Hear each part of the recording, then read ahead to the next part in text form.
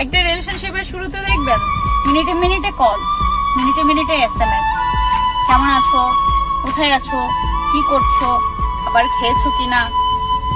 আপনি যখন বলবেন না খাবার খাইনি, তখন সে বলবে দেরিতে খাবার খেলে শরীর অসুস্থ করবে। এমনই এত কেয়ারিং করবে ভাই, আপনার কাছে মনে হবে আপনার লাইফে এমন কেয়ারিং আর কেউ করেনি।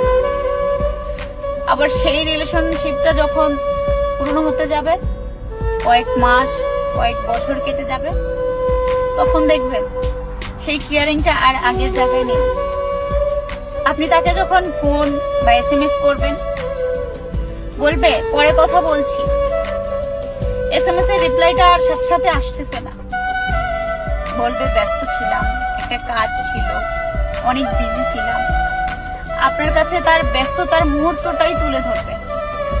আগের মতো সেই কেয়ারিং এর জায়গাটা আর থাকবে না আপনার কাছে।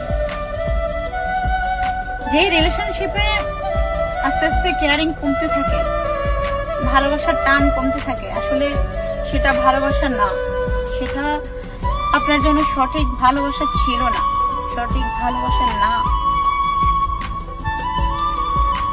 ভালোবাসা হওয়া উচিত এমন, যার সাথে আপনার পুরো লাইফ কেটে গেল, তার প্রতি আপনার কেয়ারিং, টান, ভালোবাসা, আবেগ, ভালোবাসা কোনোটাই কমতি থাকবে না।